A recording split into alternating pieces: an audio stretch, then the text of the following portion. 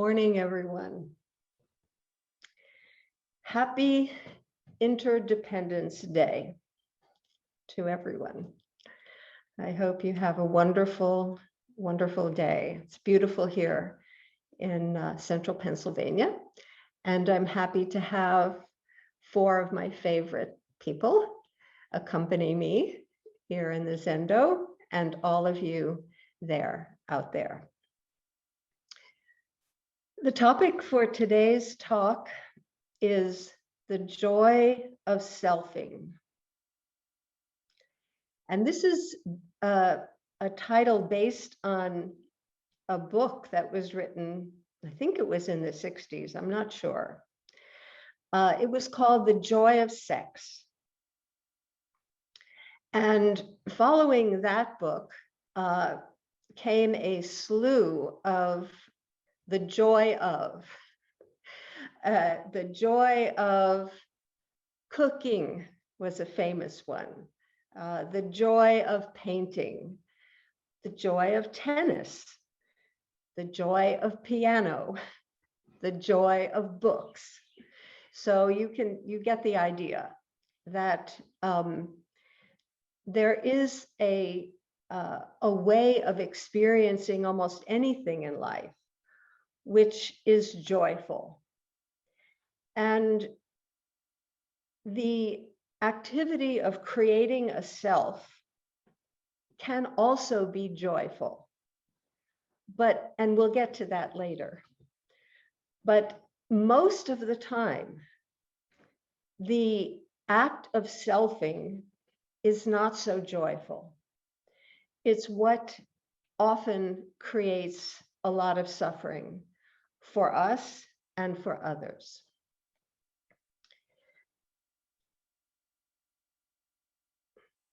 When Buddha was asked whether there was a self or not, when he was asked these kinds of metaphysical questions, what happens to us when we die?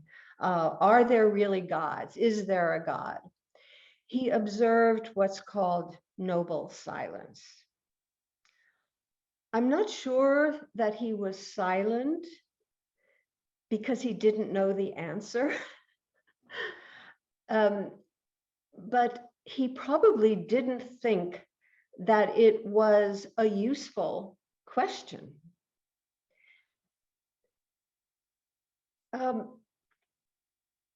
As often he said to his disciples, he said, look at how many leaves there are in the forest. How many? Hundreds and thousands of leaves. How many leaves are there in this hand? Very few. His teachings were these very few leaves relative to perhaps what he understood and knew. But these few leaves were the leaves that were appropriate to relieving the suffering of the person who was asking the question. Is there a self? Well, why is it important to you to know that? Why are you asking that question? And so his response was not one of intellectual understanding. He wasn't going to analyze whether there was a self or not. His response was much more compassionate than that. It was, how can I help you understand why you're asking about the self and how you yourself create the suffering that comes from this delusion of self. So I have used, instead of the noun self, I have used the verb, the gerund form of the word. It's selfing.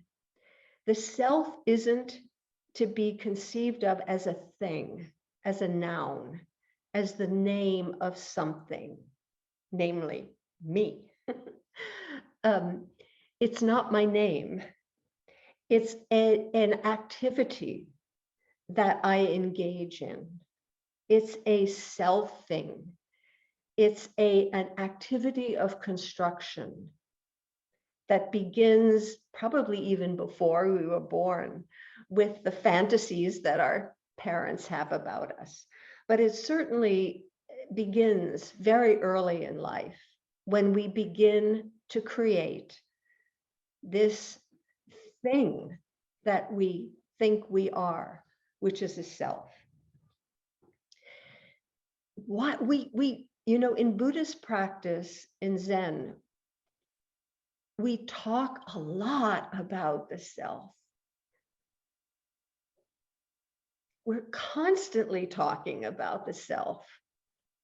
We see the existence of this separate, independent, substantial being, permanent being, as the core issue of our practice, of our suffering.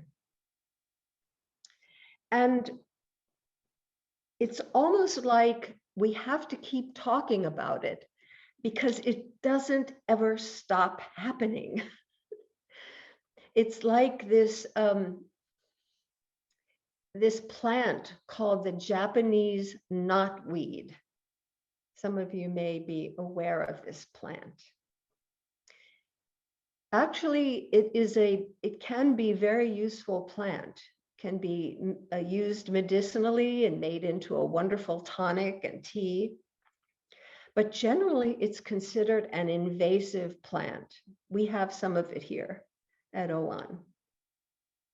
It's beautiful, but it's invasive.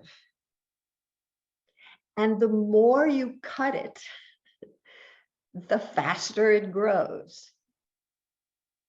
So the recommendation is not to cut it, not to just snip it off at the tips, because that just stimulates it. You have to get it right at the root in order to control it. I'm not sure it can ever really be eliminated.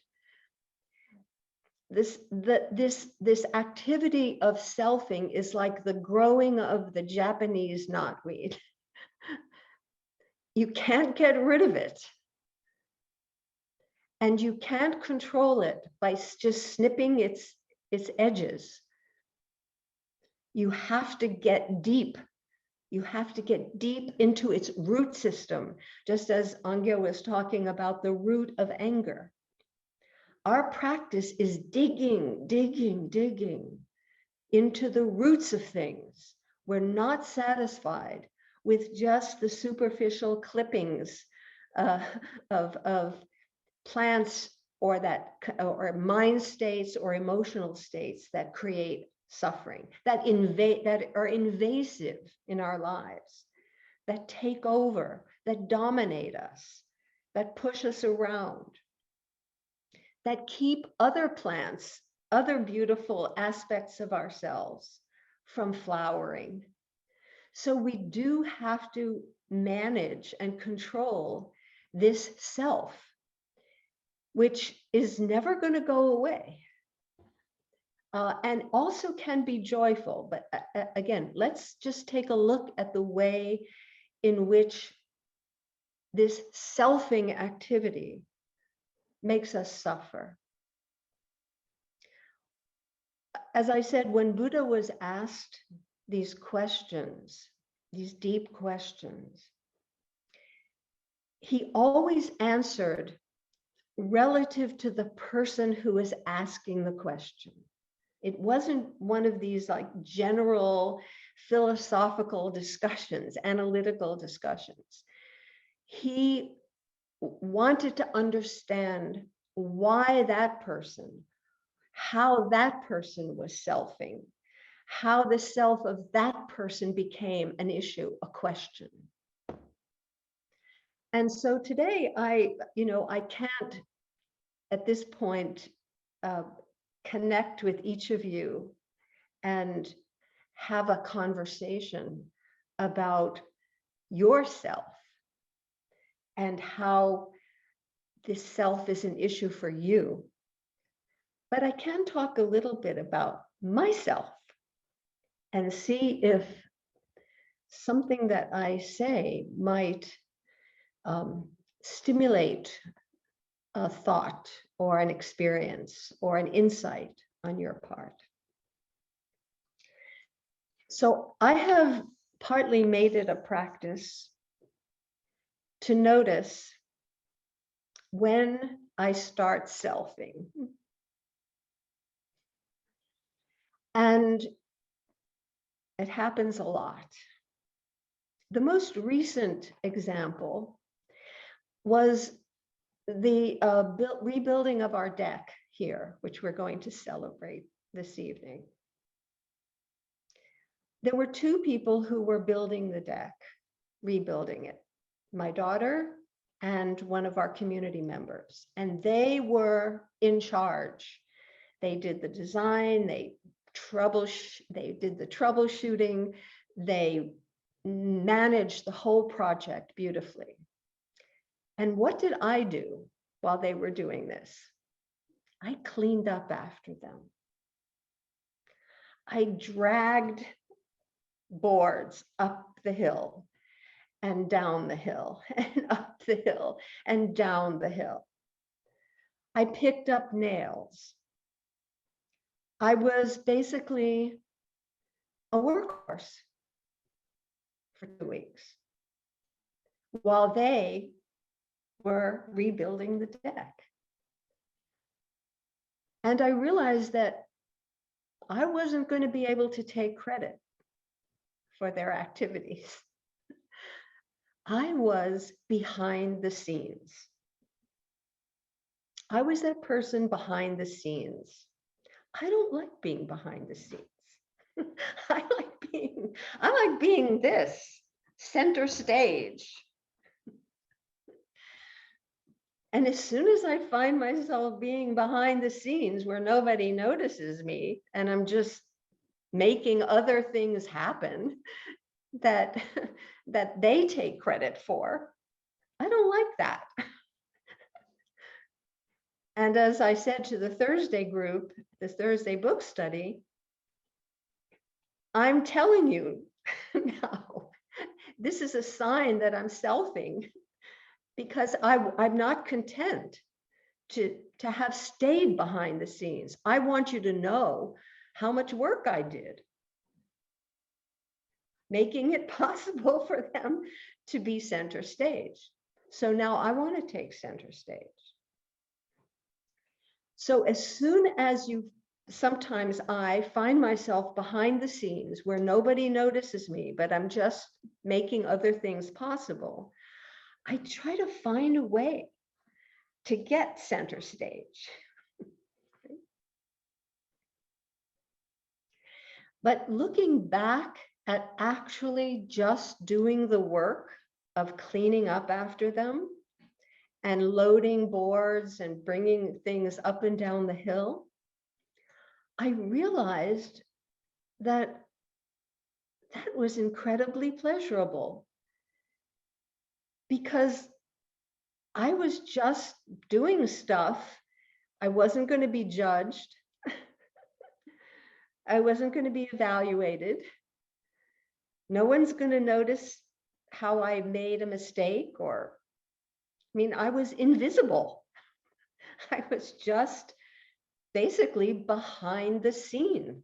So nobody had the opportunity to criticize me, attack me, or even praise me. So it was kind of liberating, not being center stage. I have related a story when I was practicing at Chikoji Zen Center in California, where I teach sometimes and practice. And I have a fondness for flower arrangement. And I did all the flower arranging during the time I was at Chikoji. And during one of the Dharma talks, a visiting teacher commented on the flower arrangement and how beautiful it was. And she pointed to somebody in the Sangha who she thought did that arrangement. And it wasn't me. She pointed to somebody else. And my first impulse was, no, it was me. It wasn't her. It was me. But I really had to control myself, not taking the credit that was due to me. And I realized, wow, am I selfing here? And so sometimes when you actually have to refrain from taking credit for something that you deserve credit for, you can feel how difficult that is, because you want to be that self was recognized.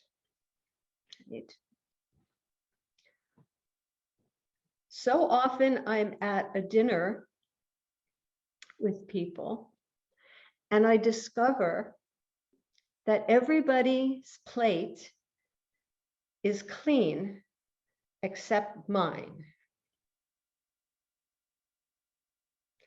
And when I realize that, I discover that I have been talking way too much.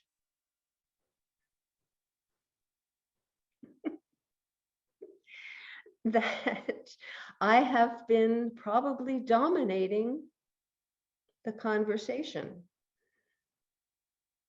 because I'm so intelligent or gregarious, or I know how to bring people together and I know good topics, good questions to ask.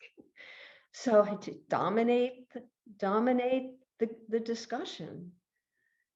And so when I notice that my plate is full while everybody has finished, probably I've been talking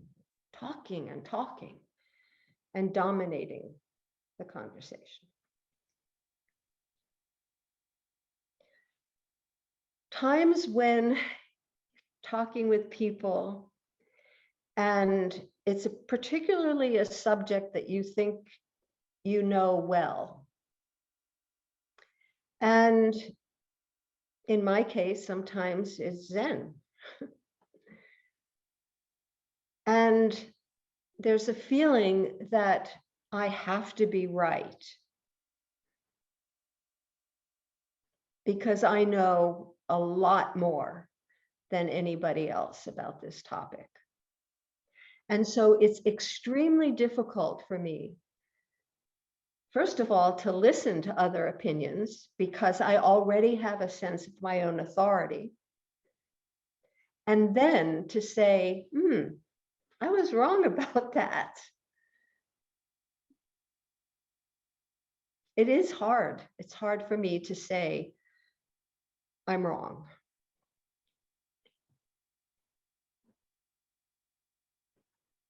Difficulty admitting mistakes. Having to know more than anybody else about a subject.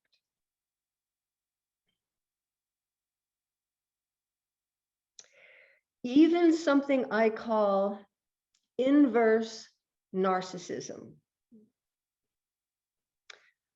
Oh, what do I know? I'm just a kid from the Bronx. I'm not worth that much. I'm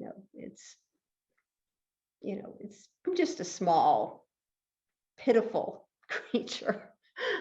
I'm not that important. Don't pay any attention to anything I say. That's the sort of demeaning of oneself. Instead of inflating yourself as a narcissist does, instead we deflate ourselves. Oh, I'm nothing. I'm too shy. I don't know anything. Have pity on me.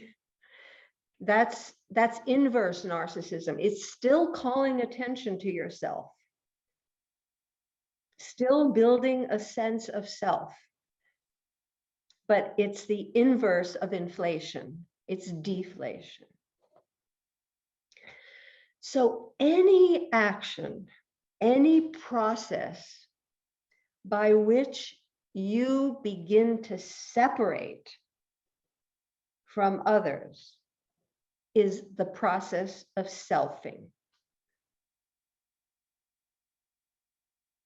The last thing that this selfing process wants to have is anonymity. Does not want to just blend in to the landscape, just to get behind the scenes.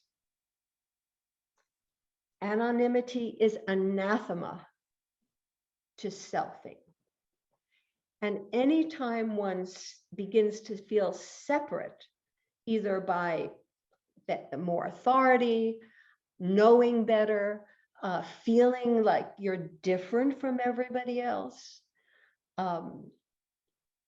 that you, even if you're not as good as other people, that's still separating. The act of separating is the act of selfing.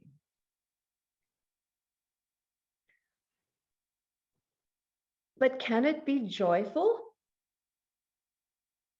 Of course. It's wonderful to create this self. Look at this. Isn't this fun? You know, I'm having so much fun being a Dharma teacher and having this costume and having this seat in front of the altar and having a ritual surrounding me, and people come and they bow to me and, you know, treat me as, you know, something really special. It's fantastic. I love it.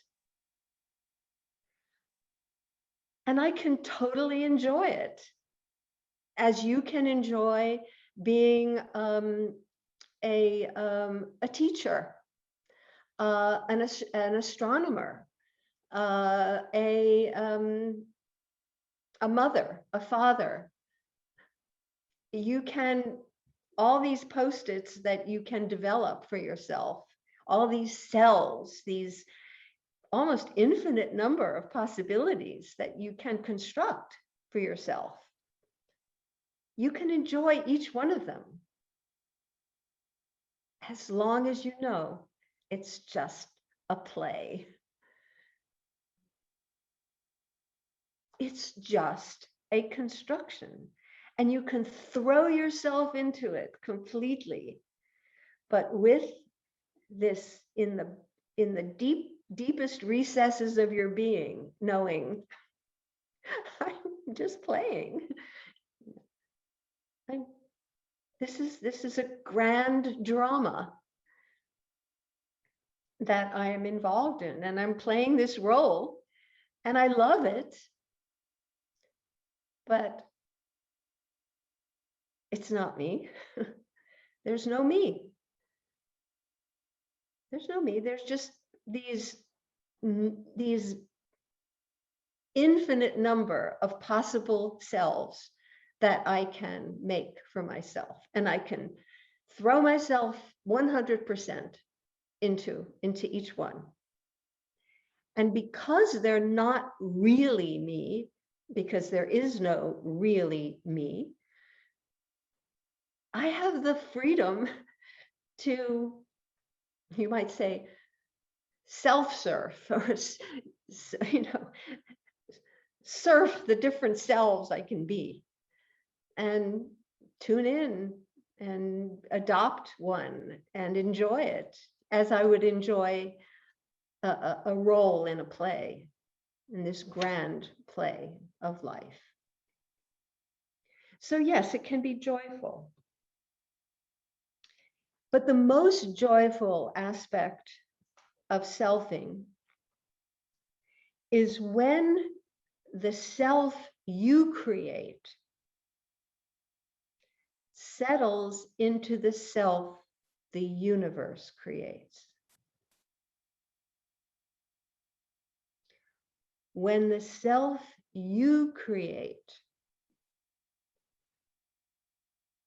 connects and integrates with the self that the universe creates, that you have nothing to do with,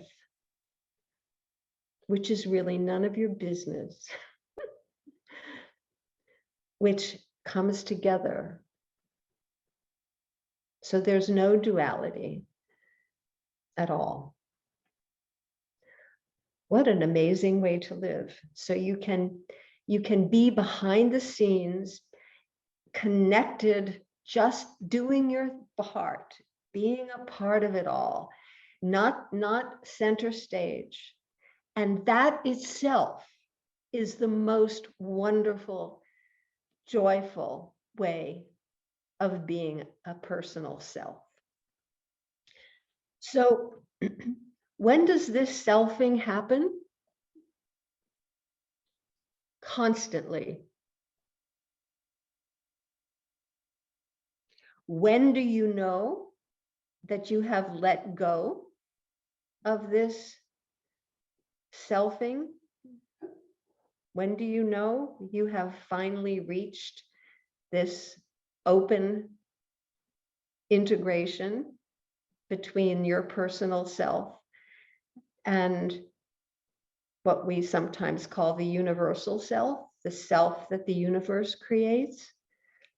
When do you know you've reached that? Never.